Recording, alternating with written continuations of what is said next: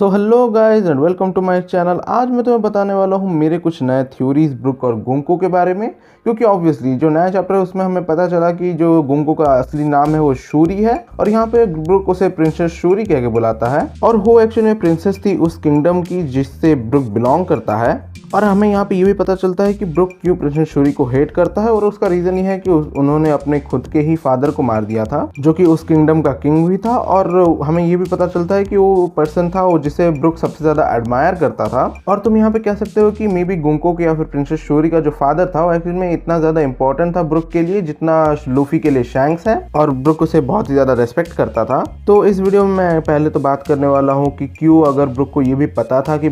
शूरी यहाँ पे अलाइव है, उसने शूरी को ढूंढने की कोशिश नहीं की। और उसके बाद मैं बात करने वाला हूँ कि क्या ये सच में पॉसिबल है कि गुंको ने अपने खुद के फादर को मारा था या फिर सच कुछ और है, जैसा कि हमने ऑलरेडी एल्बाफ आर्क में पहले देख चुके हैं हम लोग। और उसके बाद मैं एक्चुअली में डिस्कस करने वाला हूँ कि क्या कनेक्शन एक्चुअली में प्रिंसेस शूरी का था होली लैंड के साथ जब वो एक छोटी बच्ची थी तब से। तो अभी इस वीडियो को स्टार्ट करते हैं और मेरी थ्योरीज के बारे में बात करते हैं। तो यहाँ पे जो नया चैप्टर वहाँ पे हमें पता चलता है कि ब्रुक और गुंको यहाँ पे किस तरह से रिलेटेड हैं, और हमें यहाँ पे ये भी पता चला कि ब्रुक को क्यों यहाँ पे गुंको के लिए फ़र्क नहीं पड़ा और उसने किंगडम छोड़ के चला गया हो। मे भी तुम कह सकते हो कि उसके जो मास्टर है उनके मरने के बाद, और उसका रीज़न ये था कि उसे एक्चुअली में उसके खुद के डॉटर ने मारा था, और मे बी इसीलिए ब्रुक को उतना ज़्यादा फर्क नहीं पड़ा कि वो उसने गुंको को छोड़ के वो चला गया, अगर भी उसे पता था कि मे बी गुंको अभी भी जिंदा है। और यहाँ पे एक और चीज़ है जिसके बारे में हमें एक्चुअली में नहीं पता कि वो सच है कि नहीं, क्या गुंको ने अपने फादर को सच में मारा था। और मैं यहाँ पे ऐसा कह रहा हूँ क्योंकि हमें यहाँ पे पता चल चुका है कि गुंको एक्चुअली में एक प्रिंसेस है, और ऑब्वियसली अगर गुंको यहाँ पे एक प्रिंसेस है, मोस्ट प्रोबेबली गुंको को यहाँ पे रिडेम्पशन मिलने वाला है। और मुझे लगता है कि जो फ्लैशबैक हमें इसके बाद मिलेगा जो कि ब्रुक और गुंको का फ्लैशबैक होगा, मोस्ट प्रोबेबली अगर वो एक फ्लैशबैक होगा तो मे बी 1 से 2 चैप्टर लंबा हो सकता है वो। और मुझे लगता है कि मे बी जो हमें नेक्स्ट चैप्टर में अगर फ्लैशबैक दिखाया जाता है उसमें हमें ये पता चलेगा कि मे बी जो स्टोरी लोकी और गुंको की वो एक्चुअली में एक पैरेलल स्टोरीज जैसी हैं। और मुझे लगता है कि यहाँ पे एक ही डिफरेंस होगा, और वो डिफरेंस ये होगा कि लोकी की स्टोरी में किंग हेरल्ड का बॉडी टेक ओवर कर लिया था ईमो ने, और इसीलिए लोकी को यहाँ पे हेरल्ड को मारना पड़ा। और मोस्ट प्रोबेबली ईमो की स्टोरी में हमें यहाँ पे पता चलेगा कि गुंको के बॉडी का ईमो ने कंट्रोल ले लिया था और उसके बाद उसने गुंको के फादर को मार दिया, और वही जो चीज़ थी जिसे ब्रुक ने विटनेस किया था। लेकिन ऑब्वियसली अभी के लिए ये भी मेरी थ्योरी है, लेकिन मुझे लगता है कि नेक्स्ट चैप्टर में हमें डेफिनेटली पता चल जाएगा कि उस दिन क्या हुआ था जब गुंको ने अपने खुद के फादर को मारा था।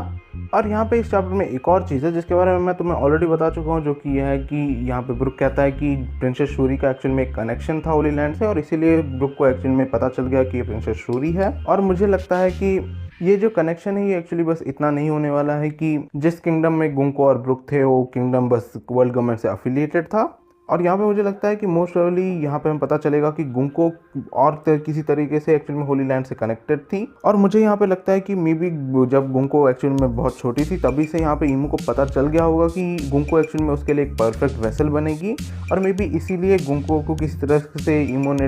यहाँ पे होली लैंड में ले आया होगा। और मे बी इसीलिए गुंको के फादर को और ब्रुक को भी यहाँ पे पता होगा कि यहाँ पे गुंको का कोई एक्चुअल में स्पेशल कनेक्शन है होली लैंड के साथ। और ऑब्वियसली जैसा कि मैंने प्रेडिक्ट कर लिया अपने पुराने वीडियो में कि मोस्ट प्रोबेबली वो एक्चुअली में कनेक्शन ये था कि ईमो को यहाँ पे गुंको एक्चुअली में अपने लिए एक वेसल के लिए चाहिए थी, और गुंको को अपना वेसल बनाने के लिए ही ईमो ने गुंको को होली लैंड में ले लिया होगा। और इसलिए जो हम फ्लैशबैक देखेंगे ब्रुक और गुंको को, यहाँ पे हमें पता चलेगा कि मे बी ब्रुक और गुंको बहुत ज़्यादा क्लोज होंगे। और मे बी उसके बाद हमें पता चलेगा कि जब गुंको को एक्चुअली में होली लैंड में लेना शुरू कर दिया उन लोगों ने, तब गुंको का बॉडी का ईमो ने कंट्रोल ले लिया होगा। और मे बी उसके बाद ईमो एक्चुअल में गुंको को उस किंगडम से नहीं लेके जा सकता था होली लैंड को हमेशा के लिए, क्योंकि प्रिंसेस शूरी ऑब्वियसली उस किंगडम की प्रिंसेस थी। और इसीलिए मे बी गुंको की बॉडी में ईमो ने डिसाइड किया होगा कि वो एक्चुअल में उसके फादर को ही मार दे जो कि एक्चुअली में उस किंगडम का किंग था। और मे बी उसके बाद ब्रुक भी बहुत ज़्यादा उदास हो गया होगा और उससे इसीलिए कभी भी वापस से प्रिंसेस शूरी से नहीं मिलना था। और मे बी हमें यहाँ पे पता चलेगा कि ब्रुक भी यहाँ पे बहुत ज़्यादा शॉक था ये देख के कि गुंको ने यहाँ पे क्या किया, लेकिन उसने उसके बाद गुंको को फाइट करने की या फिर उसे मारने की कोशिश नहीं की। और मोस्टली उसके बाद हमें पता चलेगा कि उसका रीज़न ये था कि गुंको एक्चुअली में ब्रुक के साथ रहती थी हमेशा, और ब्रुक उसका देखभाल करता था, और इसलिए ब्रुक गुंको के लिए केयर करता था, इसलिए वो मारना नहीं चाहता था गुंको को। और मे बी ये भी था कि गुंको जो थी वो एक्चुअली में ब्रुक के मास्टर की डॉटर थी, तो इसीलिए भी वो उसे नहीं मारना चाहता था। और मे बी उसके बाद ब्रुक ने जस्ट वो किंगडम छोड़ के वो चला गया एक पायरेट बनने, बट स्टिल जैसा कि मैंने अभी कहा, ये भी बस अभी के लिए मेरी थ्योरी है और मे बी हमें जो फ्लैशबैक दिखाया जाएगा इसके बाद हमें उसमें पता चल जाएगा कि क्या हुआ था उस दिन। और ऑब्वियसली नेक्स्ट वीक कोई ब्रेक नहीं है तो हमें इतना ज़्यादा नहीं रुकना पड़ेगा देखने के लिए क्या होता है। बट फिर भी इस वीडियो के लिए बस इतना ही। और अगर तुम्हें ये वीडियो पसंद आया हो तो प्लीज़ इस वीडियो को लाइक करो, मेरे चैनल को सब्सक्राइब करो एंड कीप थ्योराइजिंग।